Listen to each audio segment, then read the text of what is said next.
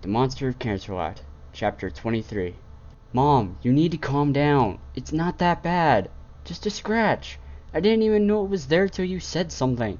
I tried to reason with her, but right now her temper was hotter than her own son, and she wasn't listening while she paced. No pony harms my precious baby. She wasn't even looking at me. She was just watching the door for her target. Wow, I don't even... Baby? I was 6 when we met. You don't even know what a human baby looks like. Great. Luna had heard her sister's roar and come to the throne room to investigate. She's already mad, and now you are trying to make her jealous, too. I'll drag him through briars by his tail. Huh? Why would she be jealous? I'll rip his fur off one strand at a time. Seriously, sister loves you deeply, and often speaks of how cute you were when you first arrived. However, she never got to have the experience of true motherhood like so many other mares. It may seem silly, but she feels cheated sometimes. Thinks he can hurt my family? Fine. I'm her baby, but I don't have to like being referred to as that. Fair enough. By the way, I heard all about your actions in the marketplace today. I am very proud of you. I'll rip his horn from his head! Celestia's venomous tone and promise of cruelty was starting to get very disturbing. Besides, windows shouldn't frost over this early in the fall. Don't make him eat his own horseshoes. I had had enough. I walked up to her and poked her snout with a single finger. She crossed her eyes and scrunched up her nose like she always does. Mom, you're taking this too seriously. It's only a scratch and you've already healed it. Please, don't let this incident ruin your reputation as a fair and just ruler. The doors began to glow with magic, signaling that some pony was being let in by the guards. Celestia locked onto the new development immediately and tried to burn a hole through the door with her glare. I turned her head back to me. The ruler I love and respect. She sighed deeply. I had finally gotten through to her. Fine. Celestia giggled a little. Who taught you to be so diplomatic? Oh, just some wise old pony I know. The doors opened and the family went into serious royal business mode. We all approached the stallion and met him halfway. It was proving difficult for him to walk with the chains on his legs. He wasn't struggling, pulling, shouting, or even looking around. He was completely defeated, and, from the look of it, shamed. Your Highness, this is the thief that was arrested in the marketplace earlier today.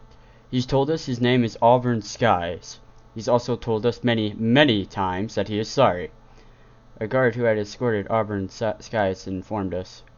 Auburn was simply mumbling his apologies to the carpet over and over again. Thank you. You may leave him with us. The guards bowed and left. Celestia approached the prisoner. I was right beside her, just in case. Tell me, Auburn Skies, why did you see fit to assault a member of the royal family? Her words were stern but not loud. She was still mad, but it was fading. I didn't mean to. I'm sorry. I'm so sorry. I was starting to get worried that we were going to have to replace the carpet if Celestia pressed him any harder. This guy was pathetic. So pathetic, in fact, that Celestia seemed to almost completely forget her anger toward him for injuring me. Then, pray tell, what was it that you did intend to do? I was just trying to get something to eat. You were stealing to feed yourself? No, princess. My daughter, Jasmine. I see. Tell me more. Auburn explained everything to us. He had recently lost his job, which had paid just enough to pay the rent on a one-room apartment, and he could no longer afford to put food on the table. He had tried to find a job, as had his wife, Sandy, but it can be hard to find work when you are an earth pony and a unicorn who could only levitate small objects. He had come from earth pony parents, and his magic was weak. He and his wife had resorted to digging through the trash bin behind restaurants. But I couldn't bear the thought of feeding trash to my daughter. I didn't know what else to do, so I stole some fruit to give her. I didn't want to. I had to. Please, forgive me. Celestia and the rest of us were silent for a short time before she spoke again. While I can appreciate your plight, I cannot overlook your crimes. I must give this some consideration. Give me a moment to decide what to do about this. The three of us walked back to the throne, leaving Auburn alone in the middle of the room. I looked at Celestia. She seemed exhausted. What are you going to do, Mom? I don't know. This is not an easy situation to deal with. If he had simply stolen fruit for himself, then I would sentence him to community service until the debt was repaid. But it was not for himself, Luna concluded. If his story is true, that is. Celestia nodded. He got a good look at the apple he stole today. It was bruised and virtually unsellable. It was like he was deliberately trying to avoid costing the shopkeeper a sale. I thought about this conundrum for a moment. Now I know what you meant about the crown being heavy with duty. Oh! I have an idea. Will you let me handle this? I don't know. Are you sure you really want to deal with this? Yeah, but I'm going to need some help. I need to send a letter to Applejack. Applejack? I nodded. Very well, if this is what you really want to do. Thanks, Mom. I rubbed the side of her neck.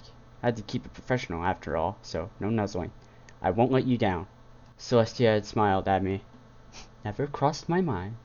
A scroll, pen, and inkwell floated over to me from the throne. There was always a small stockpile in a drawer behind it. I wrote down a couple paragraphs before holding the scroll out for Celestia to read, and, if she approved, sent.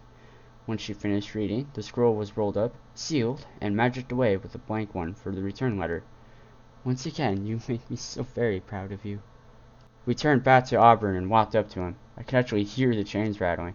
This is just getting sad now. I stepped forward and stood before him. It has been decided that I will be responsible for your sentence. We are waiting on a response from a third party at this time. There was a small flame in midair, and a scroll fell out of it. I looked back at Celestia, who had received the scroll, and watched her read it, and then nodded at me. Ah, good. She's agreed. She? Auburn was clearly confused. Yes, I have decided to sentence you to a form of community service. My friend Applejack owns a farm in Ponyville and could use some help getting everything ready for Windsor. While there, you will receive a fair wage and lodgings. I could see something new in his eyes. Hope. However, if you even think of running away or doing anything negative toward the Apple family, I will take it as a personal affront. Do I make myself clear? Perfectly clear, Your Highness. Thank you for this opportunity. You're welcome. Though you may not be thanking me afterward. Sweet Apple Acres is very large, and the work will be hard. We will be leaving in the morning. Tonight, be with your family. His chains came off thanks to Celestia's magic. I walked with him to the large doors of the throne room. Outside them was a maid with Celestia's cake and a bag of apples given to me by Applejack. My suitcase had already been taken to my room. I picked up the bag of apples. Don't think this means that you are off the hook. Applejack will give you orders. You will obey them. I will be watching. You have a guard that you will report to on a regular basis. This is your chance to not only make right, but to also pull yourself out of the gutter, so to speak. Do you understand me? Yes, Prince Chris, I understand. I promise not to let you down. Glad to hear it. I preferred the bag of apples to him, because Princess Celestia will be the one to handle your sentence after that, and let's just say you don't want that. Auburn risked looking back into the throne room. He shivered when he saw Celestia. She clearly did not trust him. I will take your word on that. Good. Now, go home, pack some things, get some sleep, and be ready bright and early in the morning. Auburn bowed in between his backward steps, with the bag of apples flowing in his magic. He made his way out the doors and into the streets. Both princesses approached me and stood on each side. This is a good thing you're doing for him, Chris. Thanks, Mom. Do you truly think he can be trusted? Luna asked. Nope. That's why I was hoping to borrow one or two of your night guards. I want them to keep an eye on him and make sure he stays true to his word. And if he doesn't? Celestia asked. Then I will have no sympathy for him and may just hand him over to Uncle Gerfon. That may be going a bit far, Celestia nuzzled me. But if he hurts you again, physically or otherwise, I may just load him into the chariot myself.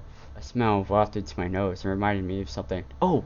I almost forgot. I brought something for you, Mom. Oh? And what's that? Just a little baked delight from the one and only Sugar Cube Corner. Your mother's not the only one glad to see you home, you know. Dust Bunny was helping me unpack my suitcase. Really? Were you worried about me? Of course I was. There isn't a very long history of ponies greeting you with open hooves. True enough. Luckily, Ponyville was very friendly, and it only took a couple of days for them to get used to me. I even got to speak at the school and play with a couple of very cute foals. Speaking of which, where's Fluffy? Cotton's home with Iron. I'm sure she'll be ecstatic to see you. Bunny held up one of my new shirts and admired the craftsmanship. By the way, a little birdie told me about your homecoming. Very funny. Well, I thought so. Thanks to Bunny's help, my suitcase was emptied very quickly, but it was still getting a bit late in the afternoon. I think that's everything. Why don't you call it a night? Alright, it's good to see you home safe and sound. Thank you, Bunny. She was about to leave when I stopped her. Hey, I'm actually going back to Ponyville tomorrow. Do you think Cotton would like to go? It'd be a chance for her to see a whole new town and even see an apple orchard. I'll be with her the whole time, and there'll be guards too. She'd be completely safe. I think she'd love that. Do you mind if I tag along too? Of course you can come. What kind of monster would I be if I just took your daughter and made you stay behind? Probably worse than the papers ever said you were. We chuckled as she headed for the door. I'll see you bright and early then. Sounds good. Till the morning. And she left. With no one to talk to, I got bored and decided to see what Celestia was up to. It had been a few days since I saw her, and I missed her. I got up and walked out my door and began the extensive 15-step trek to her room. When I knocked on her door, I was only mildly surprised to hear a muffled and garbled "come in." I knew right away she was doing her best to destroy her bait adversary. I opened the door and entered. Woof! Ah, no talking with your mouth full. She giggled and, with the aid of some milk, swallowed. Chris, what brings you in here? Nothing. I just missed you and wanted to spend some time with you. Oh, I missed you too. Why don't you join me? She patted the bed with her left wing, and I did as instructed. Now, I want to hear all about your time in Ponyville. Tell me, did you have fun? Were the ponies there nice to you? Did you make some new friends? She then lowered her head, and her expression took on a conspiratorial look. Did you meet a mare? I almost got up and marched over to Luna's room to raise Tartarus, but stopped myself. Luna said she wouldn't tell, and I knew I could trust her. I'd tell Celestia about Rose, just not right now. Instead, I told her about everything else. I told her all about the big welcome I got and got her to smile. She cooed when I told her about playing with the Cake Twins. Celestia even told me I made her very proud when I told her about speaking to the school foals, Diamond Tiara and Silver Spoon in particular. The highlight was when she guffawed about Twilight guarding me like a junkyard dog. She actually laughed so hard that Luna heard her while she was walking to her own room and joined us.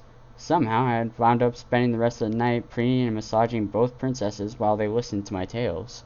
And if I hadn't managed to turn Twilight's head in time, Lyra would have been in some serious trouble. Hey, did you know clouds could explode? Lightning Strike told us it had come as quite a shock to him. That was pretty good, Aunt Luna. You're adapting well to modern vocabulary. What are you talking about? She was honestly confused. I decided to change the subject rather than embarrass her. Mom, do you believe me now that I can travel safely? Maybe, if you move up about 3 inches. Right there. But to answer your question, no. I'm glad Ponyville was fun for you, but Ponyville is a lot friendlier than other cities in Equestria.